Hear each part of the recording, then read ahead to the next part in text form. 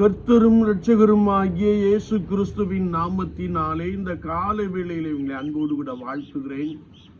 உங்களுக்கு கிருபையும் தேவ சமாதானமும் உண்டாவதாக. இந்த நாளிலும் கர்த்தருடைய ஆவியானவர் நமக்கு கொடுக்கிற வார்த்தை நீதிமொழியின் புஸ்தகம் 3ஆம் அதிகாரம் 5ஆம் வசனத்திலே நாம் வாசிக்கின்ற போது, உன் முழு இருதயத்தோடும் கர்த்தரில் நம்பிக்கையாயிருந்தால் என்ற ஒரு வார்த்தையை நாம் வாசிக்க முடியும்.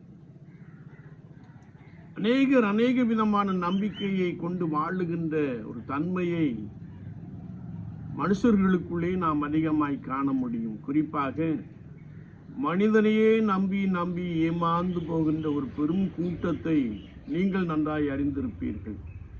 ஆனால் கர்த்தருடைய வசனம் என்ன சொல்லுகிறது என்றால், உன் முழு இருதயத்தோடும் கர்த்தரில் நம்பிக்கையாயிருந்து என்று கர்த்தருடைய வார்த்தை சொல்லுகிறது.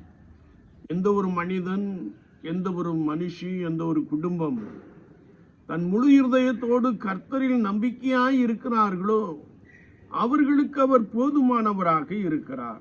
ஏனென்றால் 2 ராஜாக்களின் புஸ்தகம் 18ஆம் அதிகாரம் 5ஆம் வசனத்தை நாம் வாசிக்கின்ற பொழுது, எசேக்கியா ராஜா முழு இருதயத்தோடு கர்த்தரை நம்பியிருந்தான். அவனைப் போல ஒரு ராஜாவும் கர்த்தரை நம்பவில்லை.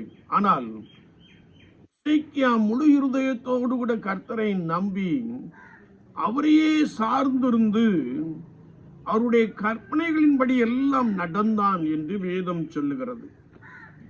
எனவே அவன் சென்ற இடமெல்லாம் அவனுக்கு அனுகூலமாயிற்று.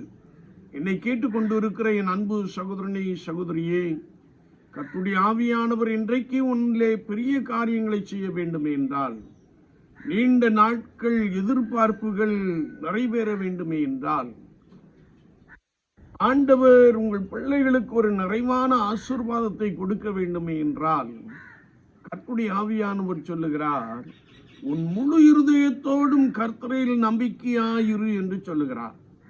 உன் முழு இருதயத்தோடும் கர்த்தரில் நம்பிக்கையாய் இருக்கின்ற பொழுது நீ செய்வதெல்லாம் வாய்க்கும், நீ சென்ற இடமெல்லாம் அனுகூலமாகும். கர்த்தர் உன்னை மென்மேலும் ஆசீர்வதிப்பார். அவர் உன்னை பெருக பண்ணி உனக்குள்ளே ஒரு புதிய ஆசீர்வாதத்தை நிறைவாய் கொடுக்க போதுமானவராக இருக்கிறார். இன்றைக்கும் முழு இருதயத்தோடு கர்த்தரிடத்தில் நம்பிக்கையாயிருங்கள். அவர் நிச்சயமான ஆசீர்வாதங்களினாலே உங்கள் எதிர்பார்ப்பை விரைவில் நிறைவேற்ற போதுமானவராக இருக்கிறார். ஆண்டவர் தாமே இந்த வார்த்தைகளை கொண்டு உங்களை நடத்துவாராக. ஆமென். நாம் ஜெபிப்போம். நேசிக்கிற நல்ல ஆண்டவரே, இந்த புதிய நாளுக்காய் ஸ்தோத்திரம்.